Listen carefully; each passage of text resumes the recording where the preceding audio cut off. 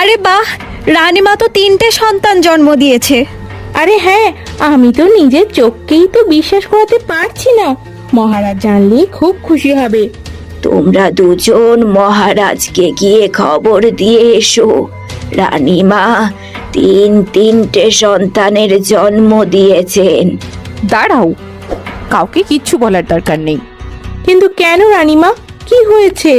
আমার কথা কান খুলে শুনে নাও। আমি যেমনটা বলবো তোমরাও ঠিক তেমনটাই করবে। আর আমার কথা যদি তোমরা 3জন না শোনো, তাহলে তোমাদের শাস্তি মৃত্যুদণ্ড দেয়া হবে। না না মন্ত্রীজির বউ, আপনি এরকম করবেন না। আপনি বলুন আমাদের কি করতে হবে। এই বাচ্চাগুলোকে মেরে ফেলতে হবে। না না, এই পাপ আমি করতে পারবো না। হ্যাঁ মন্ত্রীজির বউ, আমিও করতে পারবো না। হ্যাঁ, আমিও পারবো না। আমি আগেই বলেছি, তোমরা যদি আমার কথা না শোনো, তাহলে তোমাদের শাস্তি মৃত্যুদণ্ড দেয়া হবে।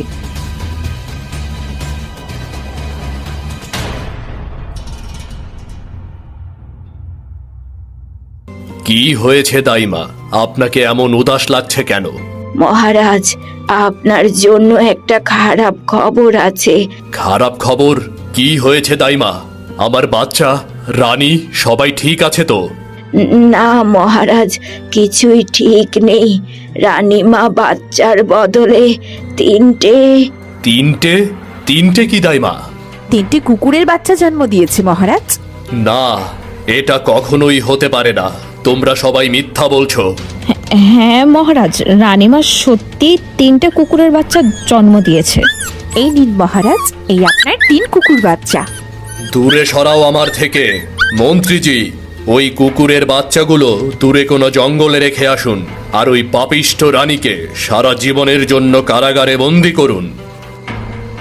ঠিক আছে মহারাজ, আপনার যা ইচ্ছা। শোনো, এই 3 বাচ্চাকে জঙ্গলে নিয়ে মেরে ফেলবে, আর এই কুকুরের বাচ্চাগুলোকে নিয়ে গিয়ে ফেলে দেবে। তাহলে আমাদের পথের কাঁটা চিরদিনের জন্য সরে যাবে। এই পাপ ওপরওয়ালা কোনোদিনই মাফ করবে না মন্ত্রী মশাই। এই পাপের শাস্তি আপনাকে পেতেই হবে।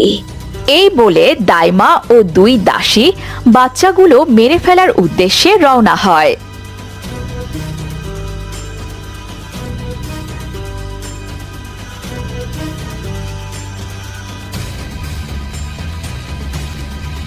দাইমা, আপনি কি মেরে ফেলার জন্য প্রস্তুত? তোমরা কি পাগল হয়ে গেছো? এই